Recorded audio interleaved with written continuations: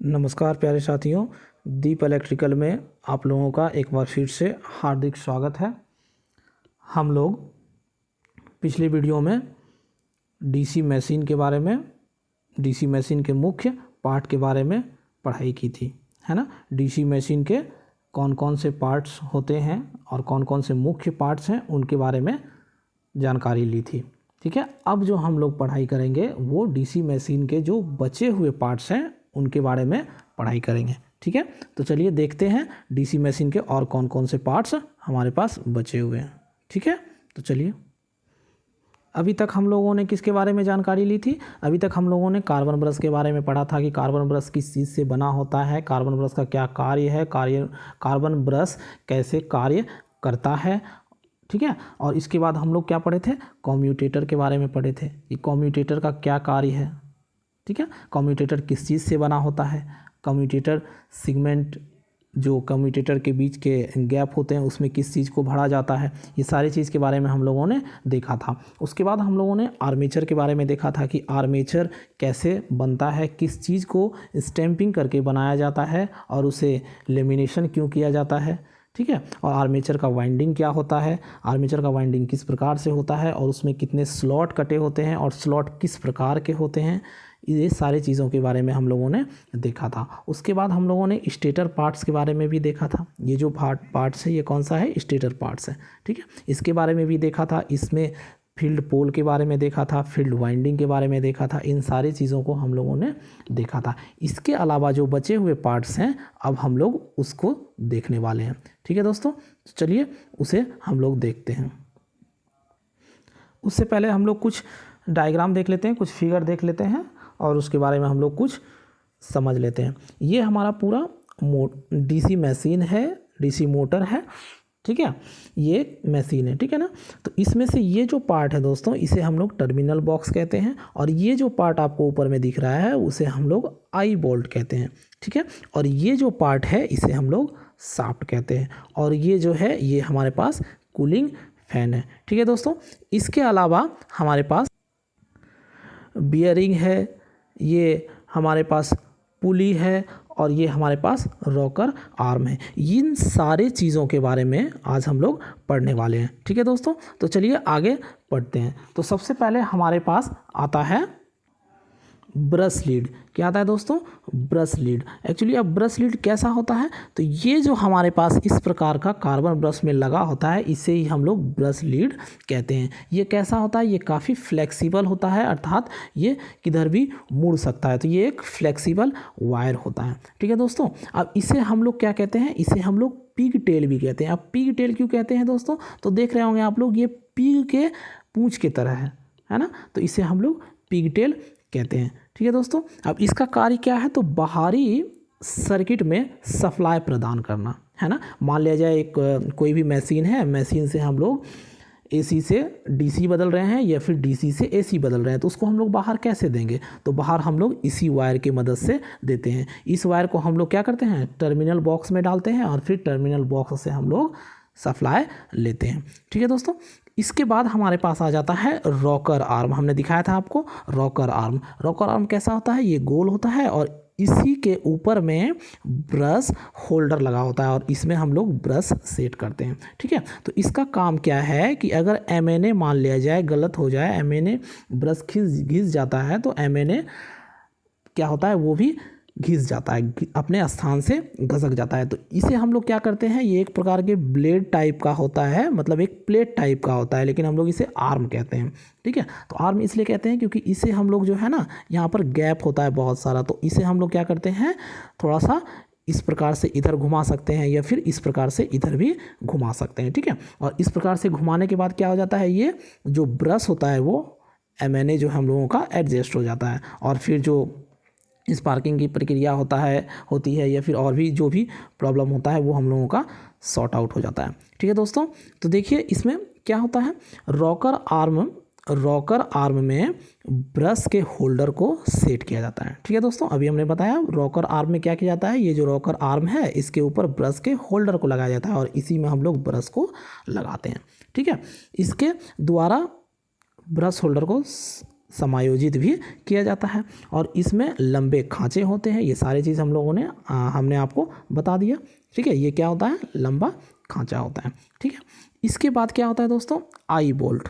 क्या होता है, आई बोल्ट। अब ये आई बोल्ट कैसा होता है दोस्तों, तो ये जो मशीन है, मशीन के ऊपर एक गोल जैसा होता है, उसे ही हम लोग आई बोल्ट कहते हैं। अब इसका उपयोग किस लिए कहते हैं, मान लिया जाए कि ये हल्का मशीन है तो हम लोग एक आदमी मिल कर के उठा सकते हैं। लेकिन अगर ये भारी मशीन है तो इसे क्या हम लोग अकेले उठा सकेंगे, नहीं उठा सकेंगे। तो इसके लिए क्या करना है, इस आई बोल्ट के अंदर एक रॉड डालना है और 2-4 आदमी मिल करके इस मशीन को लिफ्ट करना है। या फिर और भी मान लिया जाए बड़ा मशीन है तो हम लोग इसमें क्रेन की मदद से इसमें फंसा करके क्रेन की मदद से इसको लिफ्ट कर सकते हैं। ठीक है दोस्तों, इसके बाद हमारे पास आ जाता है, इसके बाद हमारे पास क्या आ जाता है, शाफ्ट एंड पुली।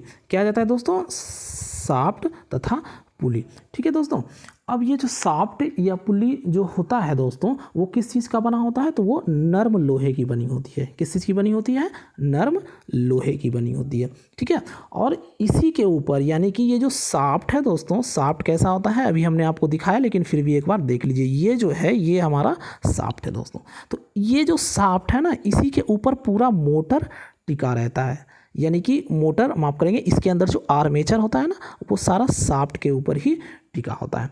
ठीक है, और इसी शाफ्ट के ऊपर कम्यूटेटर भी टिका रहता है। इसी शाफ्ट के ऊपर कम्यूटेटर भी टिका रहता है।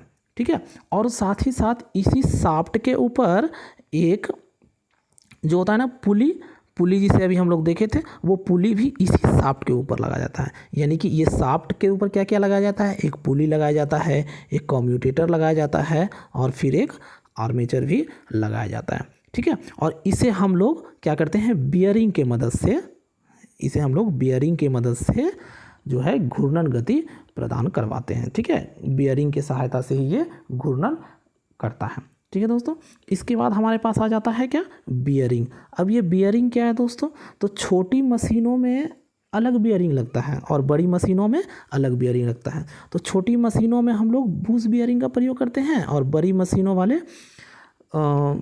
जो बियरिंग होते हैं वो किस प्रकार के होते हैं, रोलर बियरिंग, या फिर हम लोग छोटी मशीनों में बूश बियरिंग प्रयोग करते हैं। ठीक है, अब इसके द्वारा ही अगर ये नहीं रहे ना, तो अगर ये नहीं रहे तो कोई भी मशीन जो होता है, मान लिया जाए ये मशीन है और अगर ये बियरिंग नहीं रहे तो ये जो शाफ्ट है वो सही से घूम नहीं पाएगा। ठीक है, जैसे कि आप लोग घर में देखते होंगे, बियरिंग ख़राब हो जाता है तो फ़ैन क्या होता है, आवाज़ करने लगता है। बियरिंग ख़राब हो जाता है तो फ़ैन क्या हो जाता है, स्लो हो जाता है।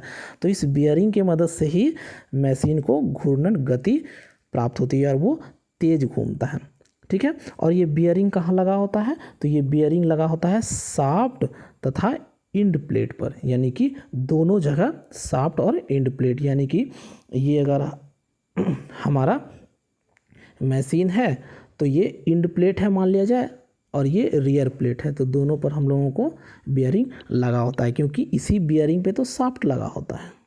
ठीक है, और जब तक ये बियरिंग अच्छा नहीं रहेगा तो हम लोगों का, और ये बियरिंग नहीं रहेगा तो शाफ्ट घूमेगा नहीं। ठीक है दोस्तों, इसके बाद आता है हमारे पास, उसके बाद हम लोगों के पास आ जाता है टर्मिनल बॉक्स। क्या आ जाता है, टर्मिनल बॉक्स। अब ये टर्मिनल बॉक्स क्या होता है दोस्तों, तो ये जो मशीन है, मशीन के ऊपर अभी हमने बताया था एक इस प्रकार से बॉक्स बना होता है। तो इसका कार्य क्या है कि ये हमारे आउटर सर्किट को क्या करता है, विद्युत प्रदान करता है। ठीक है, मान लिया जाए इनर सर्किट से आउटर सर्किट को ये जोड़ता है। ठीक है, यानी कि यह एक बॉक्स है जहाँ से बाहरी सर्किट को आंतरिक सर्किट से जोड़ा जाता है। ठीक है, इसके बाद हमारे पास आ जाता है बेड प्लेट। क्या आ जाता है, बेड प्लेट। तो बेड प्लेट क्या होता है दोस्तों, ये जो मशीन है, मशीन में आप लोग देखे होंगे एक प्रकार का ये क्या है, मशीन का पैर है। क्या है, मशीन का पैर है। यहाँ पर बोल्ट लगा होता है और बोल्ट की सहायता से हम लोग क्या करते हैं, जो फाउंडेशन बनाते हैं, ठीक है, जो ज़मीन हमारा होता है जो बनाते हैं, उस पर नट बोल्ट से कस दिया जाता है। तो इसका क्या कार्य है दोस्तों, इसके ऊपर मशीन रखी जाती है, इसके ऊपर क्या की जाती है, मशीन रखी जाती है और इसे फाउंडेशन पर बोल्ट की सहायता से कस दिया जाता है। और ये किस चीज़ का बना होता है, तो ढलवा लोहा का बना होता है। ठीक है दोस्तों, इसके बाद हमारे पास आ जाता है एंड प्लेट। क्या आ जाता है दोस्तों, इंड प्लेट। अब इंड प्लेट क्या होता है दोस्तों, ये इंड प्लेट कितने प्रकार के होते हैं, तो इंड प्लेट हमारे पास 2 प्रकार के होते हैं। अब 2 प्रकार से कैसे, मोटर के 2 सिरे होते हैं, तो एक जो इंड में लगे होते हैं उसे हम लोग इंड प्लेट कहते हैं, और एक जो रियर में लगे होते हैं उसे हम लोग रियर इंड प्लेट कहते हैं। ठीक है दोस्तों, अब ये किस चीज़ का बना होता है, तो ये हमारे पास ढलवे लोहा का बना होता है। ठीक है, और इसका कार्य क्या है, तो ये मशीन को दोनों तरफ से ढकने के लिए प्रयोग किया जाता है। ठीक है, और जो इंड प्लेट होता है, end plate front end plate की तरफ हम लोग कम्यूटेटर से जुड़ी होती है, यानी कि फ्रंट इंड प्लेट जो होता है वो कम्यूटेटर के साइड होता है, और रियर इंड प्लेट जो होता है हम लोगों के कूलिंग फैन के साइड होता है। ठीक है दोस्तों, अब एक एग्ज़ाम में इससे एक क्वेश्चन पूछा जाता है कि इंड प्लेट में छिद्र होता है, क्या होता है, छिद्र। अब वो छिद्र कैसा होता है, हॉरिजेंटल होता है या फिर वर्टिकल होता है, तो ये चीज़ ध्यान रखिएगा दोस्तों। इंड प्लेट पे जो छिद्र होते हैं वो कैसे होते हैं, हॉरिजेंटल होते हैं। ठीक है दोस्तों, कैसे होते हैं, हॉरिजेंटल होते हैं। ये मोस्ट इंपॉर्टेंट क्वेश्चन है, इसको ध्यान रखिएगा। इसके बाद हमारे पास आ जाता है कूलिंग फैन। ठीक है दोस्तों, तो अब कूलिंग फैन किस चीज़ का बना होता है, तो कूलिंग फैन हम लोगों का ढलवा लोहा के बने होते हैं। ठीक है, ढलवा लोहा का बना होता है, और ये कूलिंग फैन किस लिए हम लोग प्रयोग करते हैं, तो मशीन अगर गर्म हो जाए तो उसे ठंडा करने के लिए कूलिंग फैन का प्रयोग किया जाता है। ठीक है दोस्तों, अब कूलिंग फैन जो लगा होता है वो किस साइड लगा होता है, तो कूलिंग फैन, एक बात ध्यान रखिएगा दोस्तों, कम्यूटेटर है ना, कम्यूटेटर जिस साइड लगा रहेगा ठीक उसके विपरीत साइड हम लोगों का कूलिंग फैन लगा रहेगा। कहाँ लगा रहेगा, कम्यूटेटर के विपरीत साइड। ठीक है, कम्यूटेटर के विपरीत साइड यानी कि रियर इंड प्लेट की तरफ, किधर लगा रहेगा, रियर इंड प्लेट की तरफ। फ्रंट इंड प्लेट पे हम लोगों का कम्यूटेटर लगा रहता है, और रियर इंड प्लेट की तरफ कूलिंग फैन लगा होता है। ठीक है दोस्तों, तो ये थे डीसी मशीन के सारे बचे हुए भाग। ठीक है दोस्तों, इससे पहले भी हमने 2 वीडियो बनाया था, उसमें डीसी मशीन के सारे मुख्य पार्ट्स के बारे में जानकारी दी थी। अगर आप लोगों ने उस वीडियो को नहीं देखा है तो नीचे डिस्क्रिप्शन में हमने लिंक डाल रखा है, उस लिंक को आप लोग क्लिक करके पीछे के वीडियो को देख सकते हैं और डीसी मशीन के बारे में सारी जानकारी हासिल कर सकते हैं। ठीक है दोस्तों, अब आगे हम लोग मिलेंगे दूसरे चैप्टर में, दूसरे नए चैप्टर में। ठीक है दोस्तों, और अगर आप लोगों को ये वीडियो हमारा अच्छा लगता है तो प्लीज़ चैनल को सब्सक्राइब करें और बेल आइकॉन दबा दें, ताकि हमारे आने वाले नेक्स्ट वीडियो का नोटिफिकेशन आपको मिलते रहे। और वीडियो को लाइक करना ना भूलें और अधिक से अधिक शेयर करें। ठीक है दोस्तों, फिर मिलते हैं, नमस्कार।